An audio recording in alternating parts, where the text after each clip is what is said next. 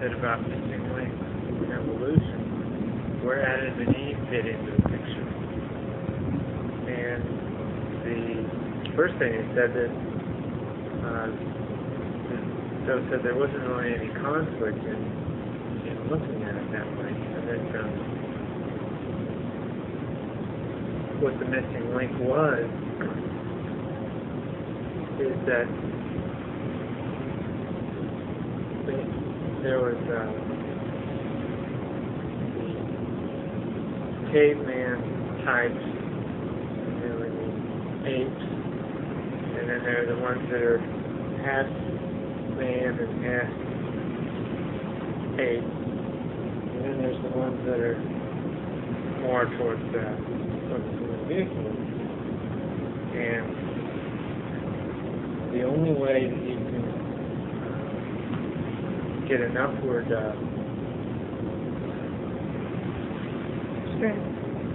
strain, meaning refinement in vehicles, is by the higher life forms cohabitating with the lower life forms. So in other words, you have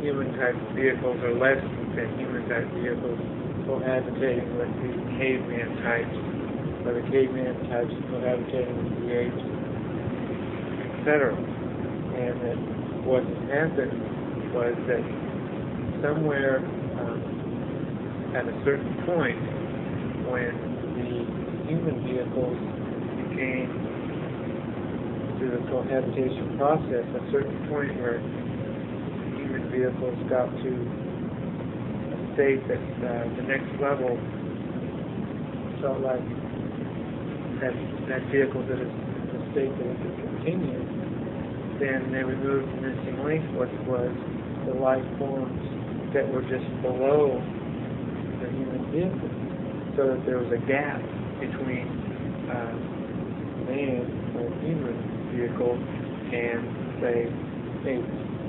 And they removed what was in between and just removed it. And how they removed it was, one, either took it away from the garden completely and took it to another garden where it was used for essentially the same thing, or possibly genetically in the human vehicle made it so that the vehicles wouldn't even relate to cohabitating with the apes or the lesser quality kingdom. So they may have not actually removed anything, they may have just altered something inside the vehicles to keep them from wanting to run over and have sex with the apes or the cavemen, and instead the higher human level of vehicles continued to cohabitate with themselves, and that was the beginning of the new strain of the vehicles. Adam and Eve were they were placed in there sometimes, but it wasn't necessarily the same time when man was evolving from like the ape state to the man as we know today's state. It could have been several civilizations before Adam and Eve of humans which had evolved to the human state as we know it. One of the reasons they said that they took could be wrong, but I think one of the reasons they said that they took the missing link out was so that the more developed humans could develop more rapidly.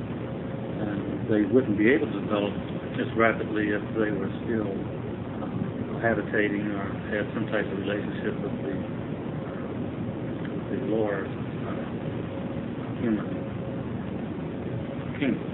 And they did say about the word, they felt like there were previous civilizations.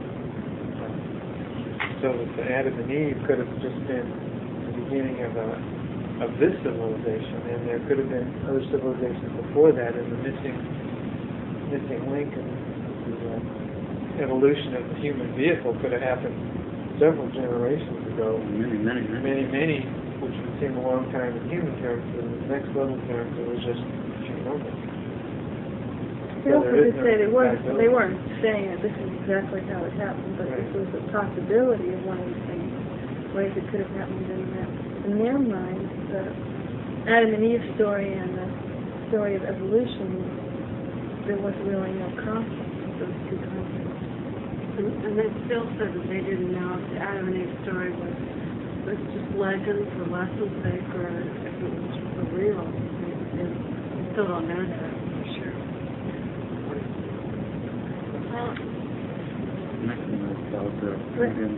After that, after we discussed the subject of evolution, as we just described, Jeff Doty mentioned that at his autocrat task, he heard on the radio that there was an interview with Dr. Pritikin, and asked them if they had ever heard of Dr. Pritikin, and some of the things he had mentioned in his diet were similar to our diet. And Link said, yes, they knew Dr. Pritikin. They were well read about Dr. Pritikin's diet, and they did get pieces of our diet from some of the things he taught, and he spoke about in his book.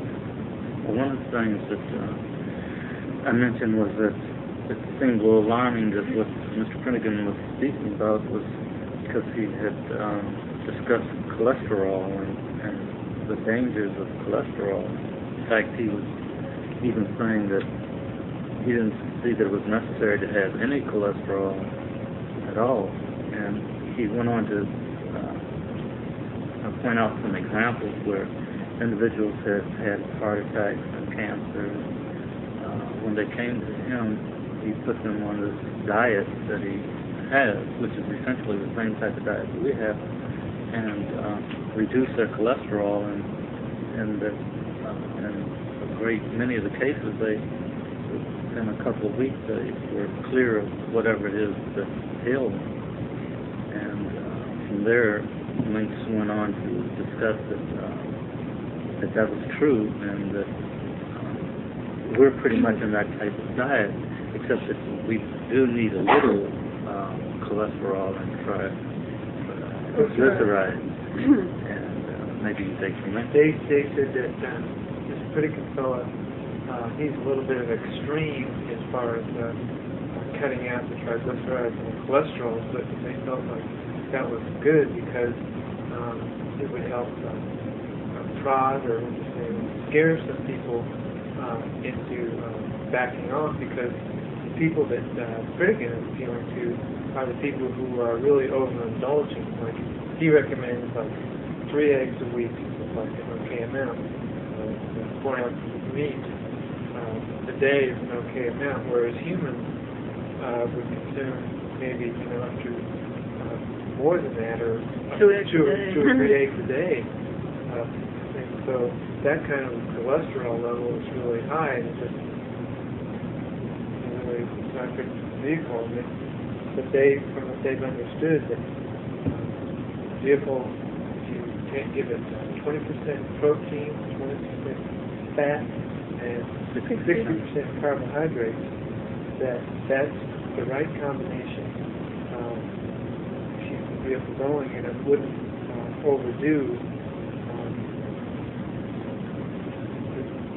overload the system with too much fatty substance. And they also discussed about vitamin deficiencies. Is it genetic, or is it because we don't get enough of certain vitamins? And they explained that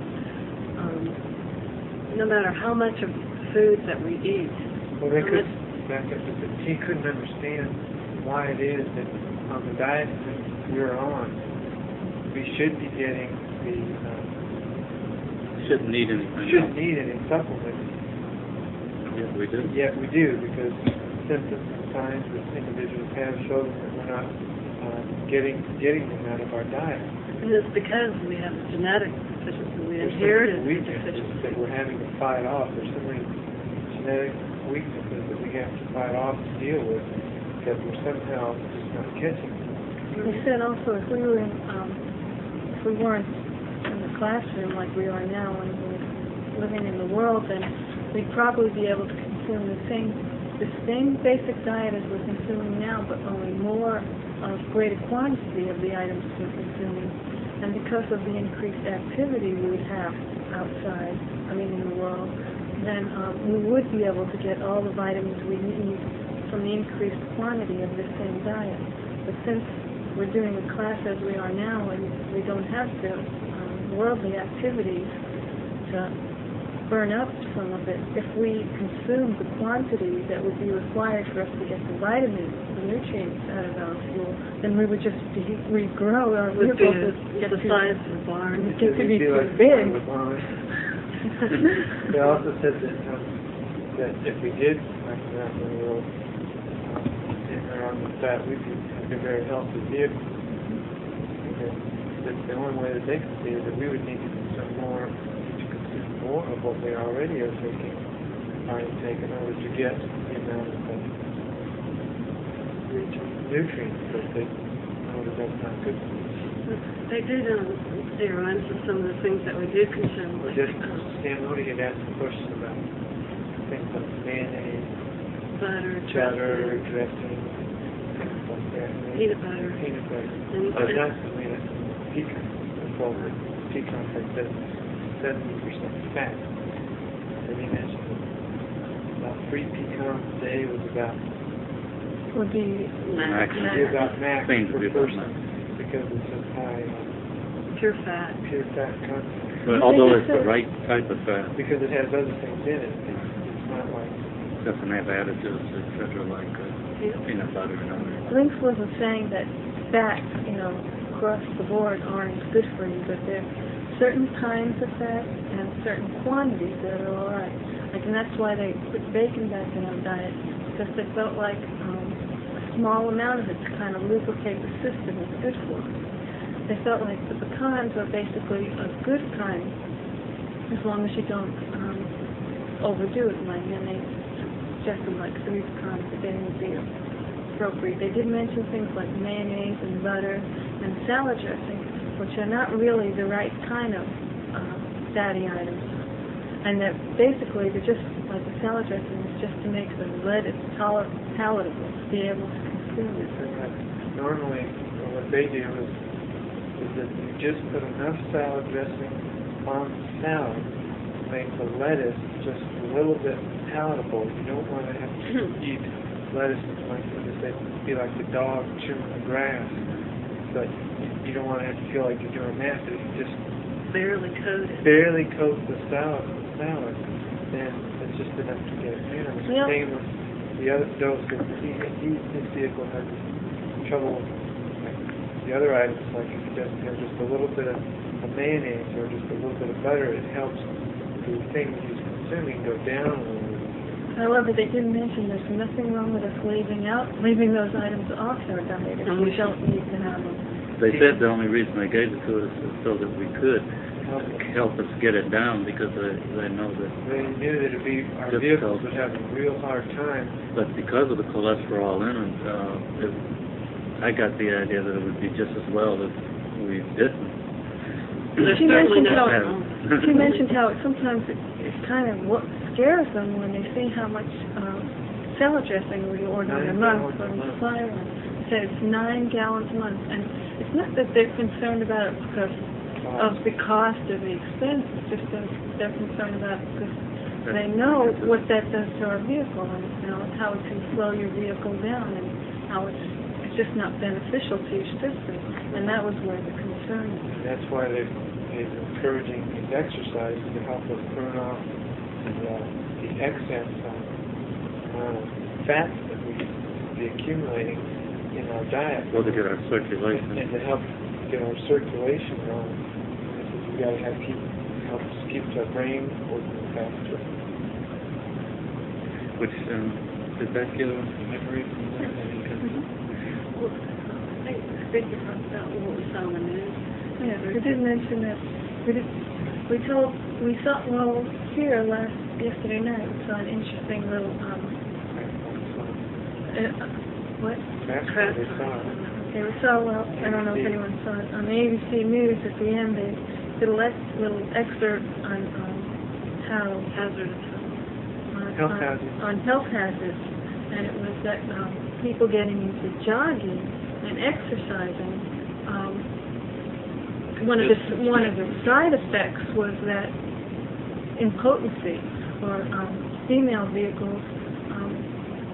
Well, it would reduce the sex hormones. It would reduce the sex hormones in males, and females would be missing menstrual cycles or even not having menstrual cycles. And it was just producing infertility as a side effect. And we were thinking how great that was. And Link said that it's funny how the next level works in strange ways like that.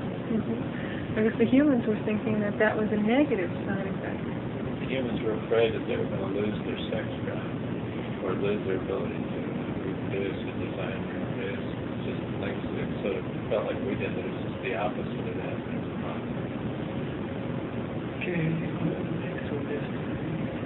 Well, it was mentioned about memory and whether or not memory was connected to nutrition. And Link pointed out that it could be, and it also could be in your genes. And then they went on to explain that it could also be that the person where they were raised, they were not taught to have to put forth the effort to have such a good memory. And T pointed out that when she was younger, that for some reason she started memorizing everything. And she says later that she understood now why she had to have such a good memory, because she, of course, was doing the trip. But she did say she didn't have a good memory to begin with. And she had to force herself to have a good memory. She had to reprogram her genes. And she had to actually teach her genes to learn how to remember, because she felt that it was something that she would need. But it wasn't automatic to her. And Doug pointed out that when you remember something, like I said, he used the example that he thought it was funny that all this time he never could remember his sister's children's names. And Doug said the reason why he probably didn't remember is probably because he didn't really care, and that when you care about something, or you're interested, or you're consciously making an effort to stamp it in your brain, then that's when you're going to remember. He said you'll probably remember what was on the news. And that's what it led into. One of the ways they said Pete brought up that one remembers is that she used as an example the tapes that we get. She says you listen to the tape one time and you can't remember it, but only after having heard it, several times until you do remember what's on it. That's the way that you build a good memory. Well, did you want to get into it? Go ahead.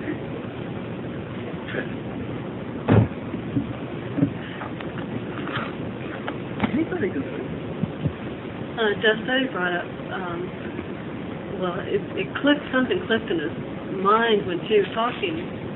She repeated something that she told us before, but I thought if we again repeated it, maybe it would click in other people's mind too, and that is what it really means to walk your vehicle through all the actions you do in a day. And they use the example again of getting out of your bunk, taking your left foot out of your bunk, and straightening your seat, and going through your normal morning routines, but do it in a conscious way and not do it in an automatic way. And they use the example of driving down Memorial Drive, where there's hundreds of people jogging every day, and they said when you look at those people, when you look at those physical bodies jogging back and forth, how do you look at them? Do you look at them through next level eyes, or is does your brain automatically look at them as a human would look at them?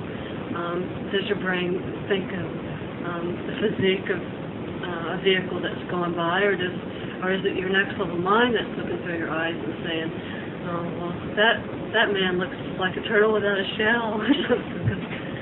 Or, she said when she runs down the street, she doesn't even zero in on she doesn't physique know of what that some means. male vehicle. It doesn't even come into her head to register. It just registers as like something like that's like a turtle without a shell. I could be wrong, but I think this got started because it was brought up, was asked why a vehicle will get away with doing something and the mind can be so permissive to allow it to get away with that. And it was told to us that it wasn't the mind that is doing it. It's just that it's the genes and the vehicle. And at that time, Lynx pointed out that we are the mind. The mind is Pamodi, and the vehicle is what we refer to now. So then we went on to the rest of what you were just talking about. Well, wasn't there something we were talking about? Did we already cover that about one of our segments would be freedom from? Oh, they just went into the subject of slavery again, and how people think that their freedom to be able to do whatever they want, whether it's smoke cigarettes or eat what they want, or become a heroin addict or something. They feel like they have the freedom to do that. They're the ones that have the choice to do it. They say, oh, sure, I can quit smoking. I'm not a They slave want to this. freedom for doing all these, but they don't have freedom from those because they say, I can smoke a cigarette and quit anytime I want to, but when the test is when you're taken away from it, does it really matter to them? And their freedom, what Lynx said, is their freedom is to be a slave. They've got it backwards.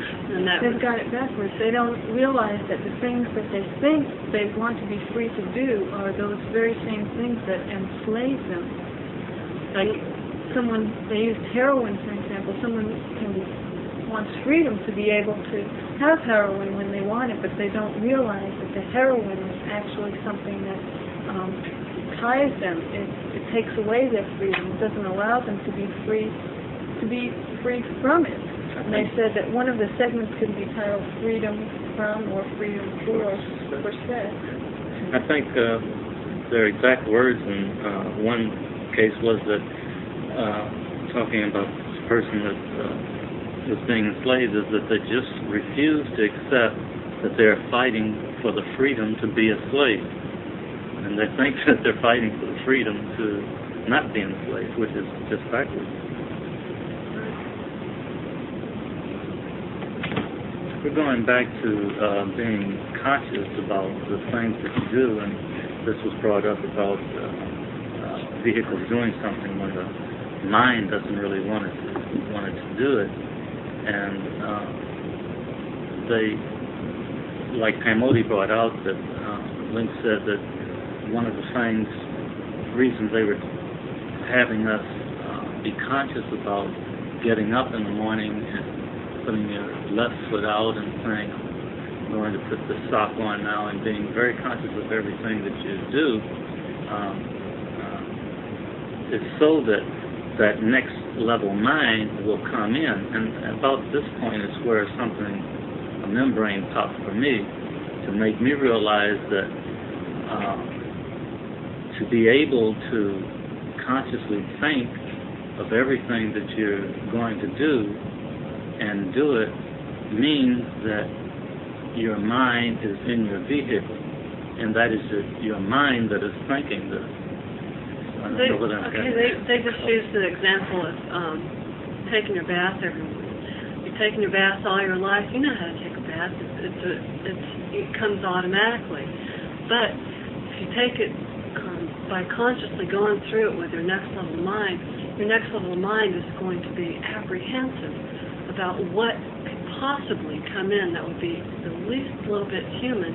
And the example Doe gave is that you see on the commercials, where the soap commercials, where you see vehicles or humans caressing their body as they advertise the soap, whether it's a male or a female, and that when it's something that the vehicle has been programmed to do, or it might do automatically as a human, and that when we're going through our bath routine, we have to go through it with our conscious next level mind and be keen to any little inkling of the vehicle trying to get the least little bit of sensation, or doing the least little bit of caressing, or it may not be any big deal to a human, but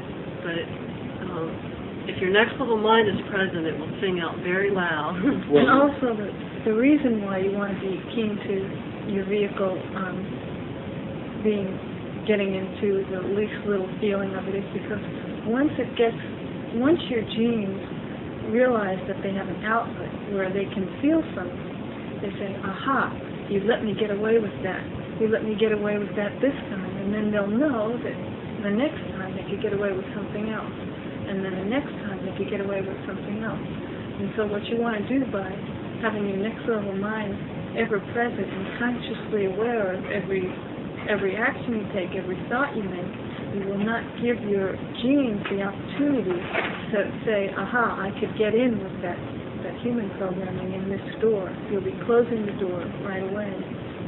They said yes, because they said that if you went into the BC to take a bath and you went on automatic as a human, you would take a bath as a human. And they said, Link said, Doe said himself that he has to take a bath. With an enormous amount of apprehension of what he could be confronted. They said that even if you take the soap and even put it the way you put it on your body, if you put it on your body a certain way, you wouldn't be doing it necessarily knowingly. But if you're not very careful, that the body will try to get some type of sensation out of it. So you have to be very careful about even the way that you apply the soap, because then it'll go from there, as what Sarah Fody was saying, that if it can say that it got some kind of little pleasure out of the way that you're putting soap on it, then eventually it's going to say, aha, you let me get away with that, now next time just a little bit more, and then you'll have to deal with that as I could just try to rephrase that just a little bit. yeah. I thought what they were saying, you go in to take your bath, and if you went in there to take your bath and just did it, you would be, whenever you let your vehicle just do something, the only way that it'll do it is a human vehicle to do it. And that's why you have to consciously direct next level mind in order to not do it. But if you went in to take your bath, you would just, without consciously directing it, you would have done it the way you did 7 or 8 years ago, before you came on. And you just couldn't help but do it that way. And you mentioned, like, you were saying about the bath, like, if you apply, say, the soap in a way that is kind of like stroking it on, or something like they do in the bath commercials where they show somebody applying soap or something to their legs or their arms. That even though you're not consciously aware of it, the vehicle gets some excitement out of doing it, because it gets a sensual perception stimulus that the vehicle perks up. Even though you're not in there getting excited and you're going to masturbate or something, your vehicle's still excited, and it will stay perched at that point and will be try to wait for the next time when it can get in and con you into doing something else, and then wait for the next time when you get in there and do something else again, to the point to where it gets to the point that it wants to do something about it. And that's when Bill said that he has to be very, very careful when he does any type of physical activity to exert a lot of awareness in how he's doing it, in order to not allow his vehicle to try and con him into setting up those little what do you call them? Trigger points or something like that. You set off those little In the same vein, they were speaking, we come back to what he was speaking about this, like when she's driving the car and they see people jogging, they have their clothes on around the park over here. She said that if it got to the point, it doesn't with her anymore, but if it got to the point where they even registered the vehicle at all on her mind, it means that she's letting the vehicle automatically look at them the way it used to look at them. In other words, it means her mind isn't even in control. Because the mind's consciously in control every minute, these thoughts don't even register. And they also said that that even if you find yourself saying, I felt a little bit of a sensation, or I thought of that in the wrong way. If you say that, then that was your clue right there that you didn't walk yourself through that situation. You didn't walk yourself through driving down the street and looking at the cars and their surroundings through the eyes of a member of the next level. In retrospect, you're seeing that for a moment you were looking through human eyes. You let the vehicle do what it wanted to do, run its own way, and then you tried to grab it back if it got out of line, which it will always get out of line if you're not consciously there stepping it through it. They're trying to get across the point of what they mean by consciously doing things as a member of the next level 24 hours a day. It's not letting 1 minute go by seeing this world or seeing anything as human. That's what our task is. We consciously do it 24 hours a day, watching that member of the next level, thinking, walking yourself through everything you do as a member of the next level. And it's very difficult to do, but if you think of it as very difficult, it's going to be even harder. Because if you don't think of it as difficult enough. And just to say it again, but consciously doing things, as we spoke of before, is getting the next level mind in. That's the only way you can do it. They said when the story brought that up, they said, we've got to. That's the only way you can do it. We've got to have the next level mind in order to do it that way. There's no other way you can do it. Well, another thing links with trying to help us see is how we can curve the negative things in the craft from germinating or spreading. Well, saying negative things, like, for instance,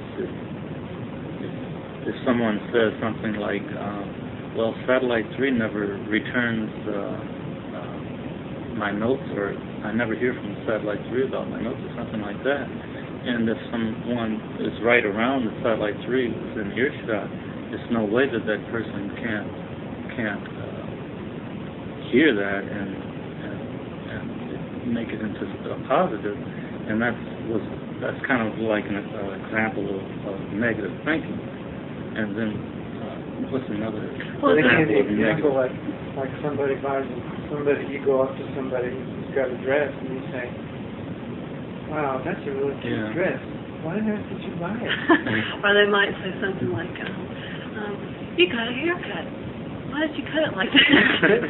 Those are just subtle ways to be negative. Well, and they use the example of, say, somebody does say something to another person like, well, Satellite 3 hasn't answered this such and such a note yet that I wrote or something, and the person that's being spoken to could recognize that is a negative situation and that there's nothing constructive about it and stop it at that point. And that way we have to help each other program out the negative genes in each other. We can't let those things And in happen. general, this would be the right way to approach things. If someone was to come to you with a negative like that, would be to say simply that that's negative programming, and that's not true.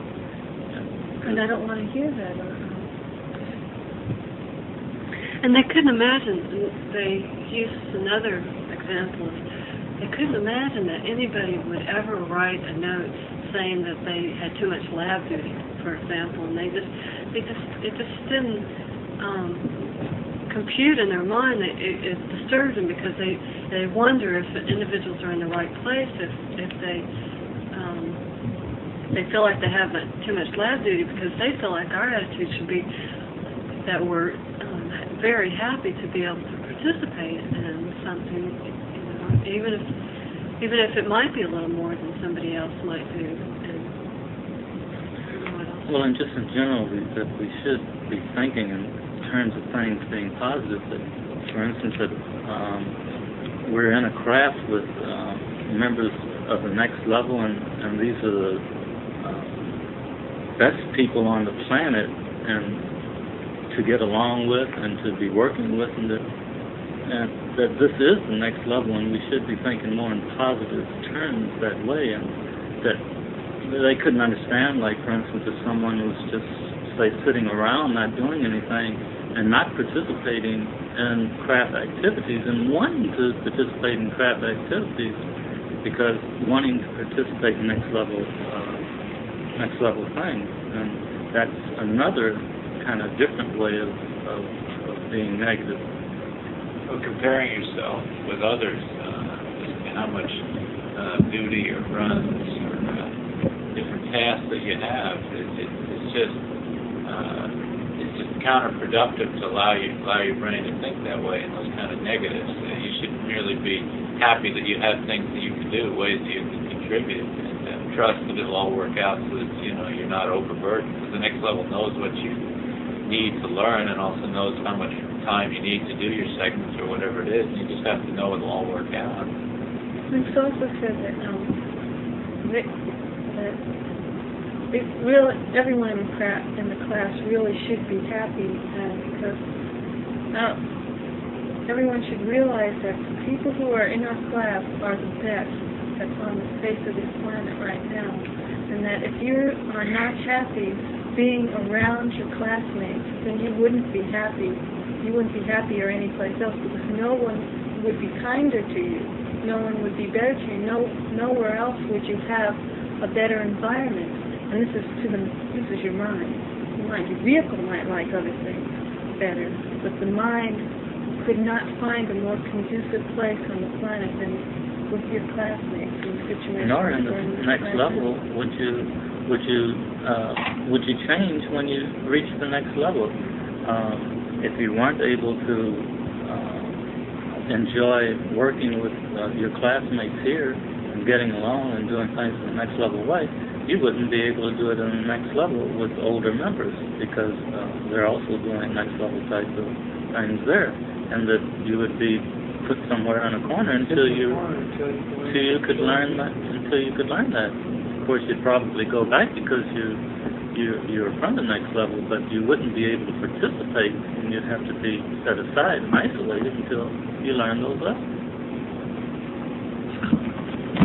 Okay, this has gone back to the nutrition links talked about, and she was playing with a little idea, and she was explaining how there's two different kind of carbohydrates. There's carbohydrates that come from just plain sugar, which has no nutrition, and then there's complex carbohydrates, which comes from fruit, which has a lot of nutrition, and things like pasta, spaghetti, etc., and which is good for us. And they said that we could think in terms of the genes being either complex or not complex carbohydrates, and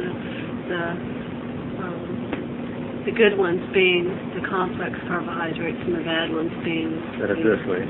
That are good for you, and the bad ones being just the plain sugar that has nothing. that's not nutritional. Right. I think that's just about everything. Okay, that's it.